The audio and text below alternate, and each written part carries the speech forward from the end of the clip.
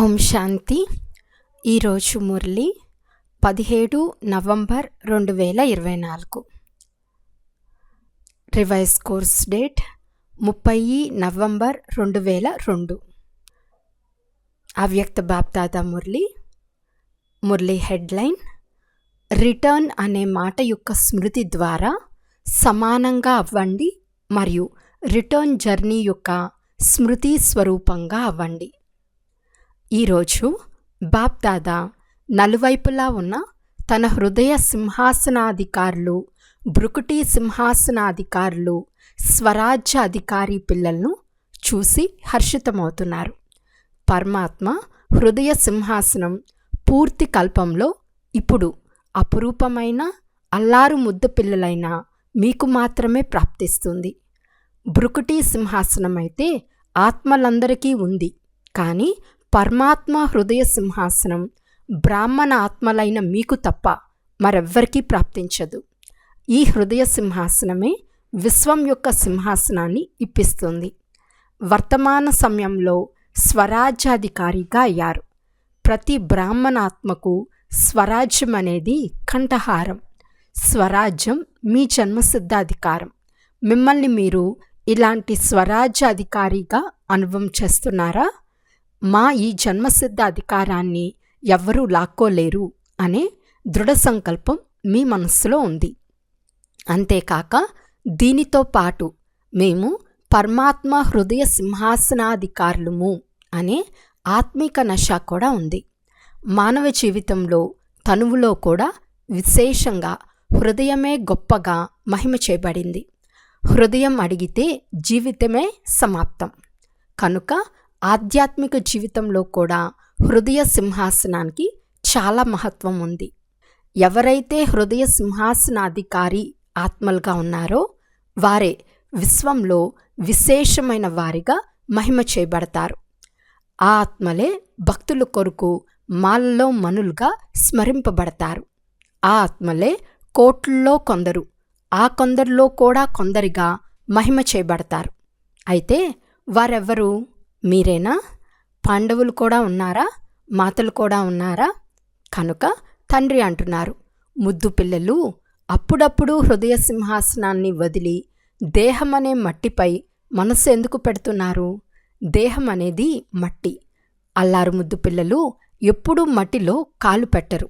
సదా సింహాసనంపై కానీ ఒడిలో కానీ ఉంటారు, లేక అతీంద్రియ సుఖమనే ఉయ్యల్లో ఊగుతూ ఉంటారు.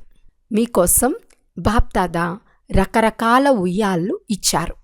ఒకసారి సుఖమనే ఉయ్యల్లో ఊగండి, ఒకసారి సంతోషమనే ఉయ్యల్లో ఊగండి, ఒకసారి ఆనందమయ ఉయ్యల్లో ఊగండి.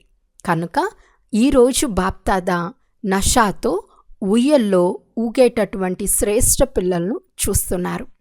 ఊగుతూ ఉంటారా? ఊగుతున్నారా? మట్టిలోకైతే వెళ్ళరు కదా. అప్పుడప్పుడు మట్టిలో పాదం పెట్టాలని మనసుకు ఇష్టమవుతుందా? ఎందుకంటే 63 జన్మలో మట్టిలోనే పాదం పెడుతూ మట్టితోనే ఆడుకున్నారు. ఇప్పుడైతే మట్టితో ఆడుకోవటం లేదు కదా. అప్పుడప్పుడు మట్టిలోకి పాదం వెళ్తుందా లేక వెళ్ళటం లేదా? అప్పుడప్పుడు వెళ్ళిపోతుంది. దేహభావం కూడా మట్టిలో కాలు ఉంచటమే. దేహాభిమానం అనేది చాలా లోతుగా మట్టిలో కాలు ఉంచటం.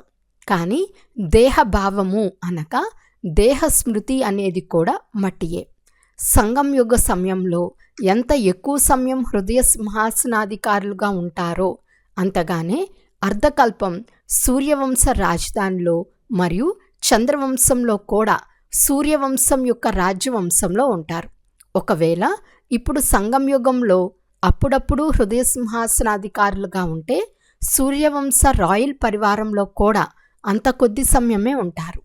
సింహాసనాధికారులుగా భలే మీ టర్న్ అనుసారం అవుతారు, కానీ రాయల్ పరివారం రాజ్యవంశ ఆత్మల సంబంధంలో సదా ఉంటారు. కనుక సంగం యుగం ఆది సమయం నుండి ఇప్పటి వరకు భలే 10 సంవత్సరాలు, 50 సంవత్సరాలు, 66 సంవత్సరాలు అయి ఉండవచ్చు. కానీ ఎప్పటి నుండి బ్రాహ్మణులుగా అయ్యారో అప్పటి నుండి ఇప్పటి వరకు ఎంత సమయం హృదయ సింహాసనాధికారులుగా, స్వరాజ్య సింహాసనాధికారులుగా ఉన్నాము అని చెక్ చేసుకోండి.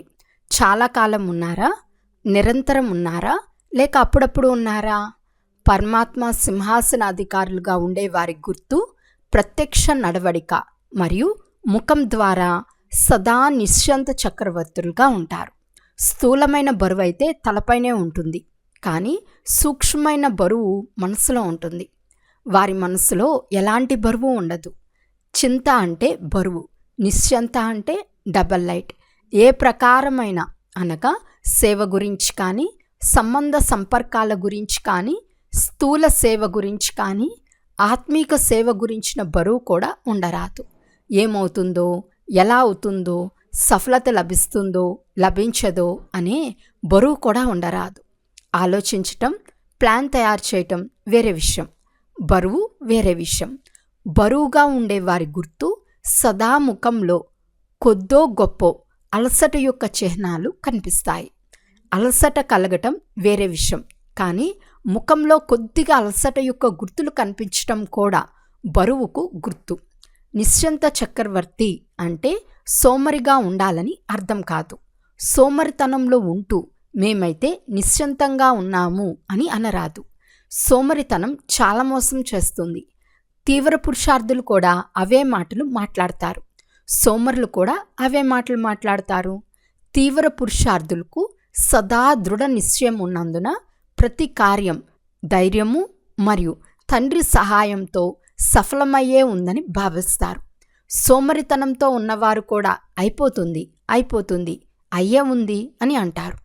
ఏదైనా కార్యం ఉండిపోయిందా ఏమిటి, అయిపోతుందని అంటున్నారు.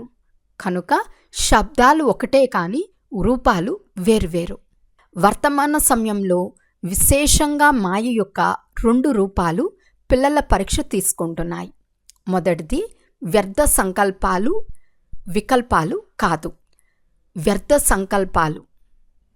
రెండవది నేనే కరెక్ట్ అని భావించటం. నేను ఏం చేశానో, ఏం చెప్పానో, ఏం ఆలోచించానో అదే కరెక్ట్, నేను తక్కువేమీ కాదు.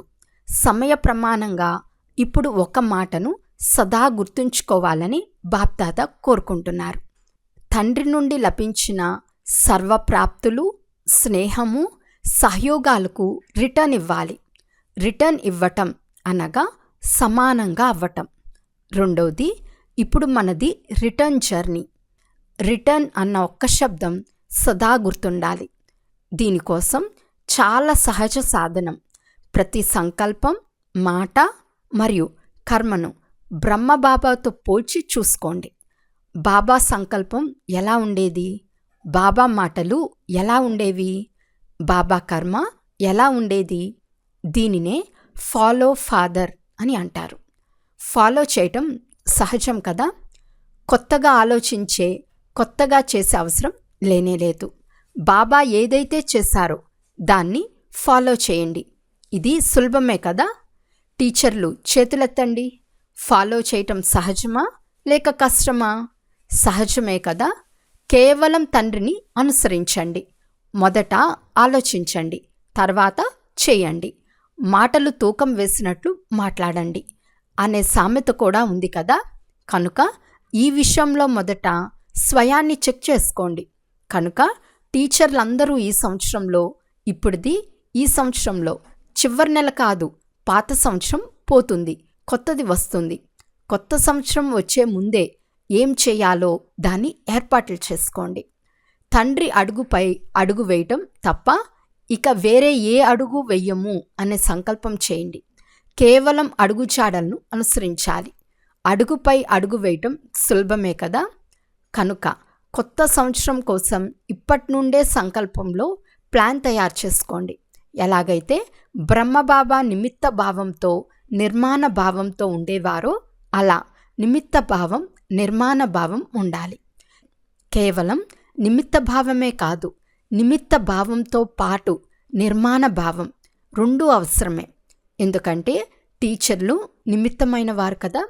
కనుక సంకల్పంలో, మాటలో, ఇతరుల సంబంధ సంపర్కంలో, కర్మలో, ప్రతి విషయంలో నిర్మాణంగా ఉండాలి. ఎవరైతే నిర్మాణంగా ఉంటారో వారే నిమిత్త భావంలో ఉంటారు. ఎవరైతే నిర్మాణంగా ఉండరో వారిలో అభిమానం అనేది మహాన్ రూపంలో లేకపోయినా కొద్దో గొప్పో సూక్ష్మ రూపంలో రోషం, ఆవేశం అనేది ఉంటుంది. ఈ ఆవేశం కూడా అభిమానం యొక్క అంశమే. మాటల్లో సదా నిర్మల భాషగా, మధుర భాషగా ఉండాలి. సంబంధ సంపర్కంలో ఆత్మీక రూపం యొక్క స్మృతి ఉంటే సదా నిరాకారి మరియు నిరహంకారిగా ఉంటారు. బ్రహ్మబాహు యొక్క చివరి 3 మాటలు స్మృతి ఉంటాయా? నిరాకారి, నిరహంకారిగా ఉండేవారే నిర్వీకారులు. అచ్చా, తండ్రిని అనుసరించండి, పక్కాయే కదా? నిరాకారి, నిర్వీకారి, నిరహంకారి అనే ఈ 3 మాటలే రాబోయే సంవత్సరానికి మీ ముఖ్య లక్ష్య స్వరూపం యొక్క స్మృతిగా ఉండాలి. ఇవి అంశమాత్రంగా కూడా ఉండరాదు. పెద్ద పెద్ద రూపాలైతే బాగా అయిపోయాయి, కానీ అంశం మాత్రం కూడా ఉండరాదు. ఎందుకంటే అంశం కూడా మోసం చేస్తుంది. తండ్రిని అనుసరించటం అనగా ఈ 3 మాటలను సదా స్మృతిలో ఉంచుకోవటం. సరేనా? డబల్ విదేశీలు లేవండి, మంచి గ్రూప్ వచ్చింది. బాప్దాదాకు డబల్ విదేశీల ఒక విషయం గురించి చాలా సంతోషం ఉంది. అదేమిటో తెలుసా? చూడండి, ఎంత దూరదేశాల నుండి వస్తారు. ఈ టౌన్లో రావాలి అనే సూచన లభించగానే వచ్చేశారు కదా. ఏదో ఒక విధంగా ప్రయత్నం చేసి పెద్ద గ్రూప్ చేరుకున్నారు. దాది యొక్క డైరెక్షన్ను అంగీకరించారు కదా. దీనికి శుభాకాంక్షలు. బాప్దాదా ఒక్కొక్కరిని చూస్తున్నారు, దృష్టిస్తున్నారు. స్టేజ్ పైకి వెళ్తేనే దృష్టి లభిస్తుందని కాదు, దూరం నుండి ఇంకా బాగా కనిపిస్తున్నారు. డబల్ విదేశీలు హాంజీ పాఠాన్ని బాగా చదువుకున్నారు. బాప్దాదాకు డబల్ విదేశీల పైన ప్రేమ అయితే ఉండనే ఉంది, కానీ గర్వం కూడా ఉంది. ఎందుకంటే విశ్వం యొక్క మూల మూలల్లో సందేశం చేర్చేందుకు డబల్ విదేశీలే నిమిత్తమయ్యారు. విదేశంలో ఇప్పుడింకా ఏదైనా విశేష స్థానం ఉండిపోయిందా? గ్రామాలు ఉండిపోయాయా? లేక విశేషమైన స్థానం ఉండిపోయిందా? ఏ స్థానం ఉండిపోయింది? మిడిల్ ఈస్ట్లో కొన్ని దేశాలు ఉండిపోయాయి. అయినప్పటికీ ఇప్పుడు వచ్చిన గ్రూపు కూడా ఎన్ని దేశాల నుండి వచ్చింది బాప్దాదాకు తెలుసు. విశ్వంలోని అనేక భిన్న భిన్న దేశాల్లో ఆత్మలైన మీరు నిమిత్తంగా అయ్యారు. బాప్దాదా సదా చెప్తూ ఉంటారు, తండ్రి యొక్క విశ్వ కళ్యాణకారి అనే టైటిల్ను డబల్ విదేశీలే ప్రత్యక్షం చేశారు. ప్రతి ఒక్కరూ తమ తమ స్థానాలలో తమ సొంత పురుషార్థంలో మరియు సేవలో ముందుకు వెళ్తున్నారు మరియు సదా వెళ్తూ ఉంటారు. మీరు సదా సఫలతా నక్షత్రాలే. చాలా మంచిది. కుమారులతో మధువనం కుమారులు కూడా ఉన్నారు. కుమారుల సంఖ్య ఎంత ఉందో చూడండి. సగం క్లాస్ కుమారులే ఉన్నారు. కుమారులు ఇప్పుడు సాధారణ కుమారులు కాదు. ఏ కుమారులు? మీరు బ్రహ్మ కుమారులే. కానీ కుమారుల విశేషత ఏమిటి? కుమారుల విశేషత ఏమిటి అంటే సదా ఎక్కడ అశాంతి ఉన్నా అక్కడ శాంతిని వ్యాపింపచేసే శాంతి దూతలు. మానసిక అశాంతి ఉండరాదు, బాహ్య అశాంతి ఉండరాదు. కుమారుల కర్తవ్యమే కష్టమైన పని చేయటం, హార్డ్ వర్క్గా ఉండటం. కనుక ఈ రోజుల్లో అన్నిటికంటే పెద్ద హార్డ్ వర్క్ అశాంతిని తొలగించి శాంతి దూతగా అయి శాంతిని వ్యాపింపచేయటం. ఇలాంటి కుమారులే కదా. అశాంతి యొక్క నామరూపాలు కూడా ఉండరాదు, విశ్వంలోనూ ఉండరాదు, మీ సంబంధ సంపర్కంలోనూ ఉండరాదు. ఇలాంటి శాంతి దూతలేనా? ఉదాహరణకు అగ్ని ఆర్పేవారు ఎక్కడైనా అగ్ని అంటుకున్నప్పుడు అగ్నిని ఆర్పేస్తారు కదా. అదేవిధంగా అశాంతిని శాంతిలోకి మార్చటమే. మరి మీరు శాంతి దూతలే కదా. పక్కానా పక్కానా పక్కానా? చాలా బాగా అనిపిస్తోంది. ఇంతమంది కుమారులను చూసి బాప్దాదా సంతోషిస్తున్నారు. ఇంతకు ముందు కూడా బాప్దాదా ప్లాన్ ఇచ్చారు. ఢిల్లీలో ఎక్కువ కుమారులు ఉన్నారు. గవర్నమెంట్ వారు కుమారులంటే గొడవలు చేసేవారని భావించి కుమారులంటే భయపడుతున్నారు. ఇలా భయపడే గవర్నమెంట్ వారు ప్రతి బ్రహ్మ కుమారును శాంతి దూత అనే టైటిల్తో స్వాగతం చేయాలి. అప్పుడే కుమారులది అద్భుతమవుతుంది. బ్రహ్మ కుమారులు శాంతి దూతలు అని పూర్తి విశ్వంలో వ్యాపించాలి. ఇలా చేయగలరు కదా. ఢిల్లీలో చేయండి. చెయ్యాలి కదా. దాదీలు చేస్తారా? ఒక్క గ్రూప్లోనే ఇంతమంది కుమారులుంటే అన్ని గ్రూపుల్లో ఎంతమంది ఉంటారు? విశ్వంలో ఎంతమంది ఉంటారు? సుమారు 1,00,000 మంది. అయితే కుమారులు అద్భుతం చేయండి. గవర్నమెంట్లో కుమారుల పట్ల ఏదైతే వ్యతిరేక భావన నిండి ఉందో దాన్ని మంచిగా చేయండి. కానీ మనస్సులో కూడా అశాంతి ఉండరాదు, సాతీల్లో కూడా అశాంతి ఉండరాదు, మరియు మీ స్థానంలో కూడా అశాంతి ఉండరాదు, మీ పట్నంలో కూడా అశాంతి ఉండరాదు. కుమారుల ముఖంపై బోర్డు తగిలించే అవసరం లేదు, కానీ మీరు శాంతి దూతలు అని మస్తకంపై రాసి ఉన్నట్లు స్వతహాగా అనుభవం అవ్వాలి. సరేనా? కుమారీలు కూడా చాలామంది ఉన్నారు. ఈ కుమారీలందరి లక్ష్యం ఏమిటి? ఉద్యోగం చెయ్యాలా లేక విశ్వసేవ చెయ్యాలా? తలపై కిరీటం పెట్టుకోవాలా లేక గంప పెట్టుకోవాలా? ఏం పెట్టుకోవాలి? కుమారీలందరూ దయాహృదయులుగా అవ్వాలి. విశ్వాత్మల కళ్యాణం జరగాలి. 21 కులాలు ఉద్ధరం చేసేవారిని కుమారీలకు మహిమ ఉంది. అర్ధకల్పానికి 21 కులాలు అవుతాయి. మరి మీరు ఇలాంటి కుమారీలే కదా.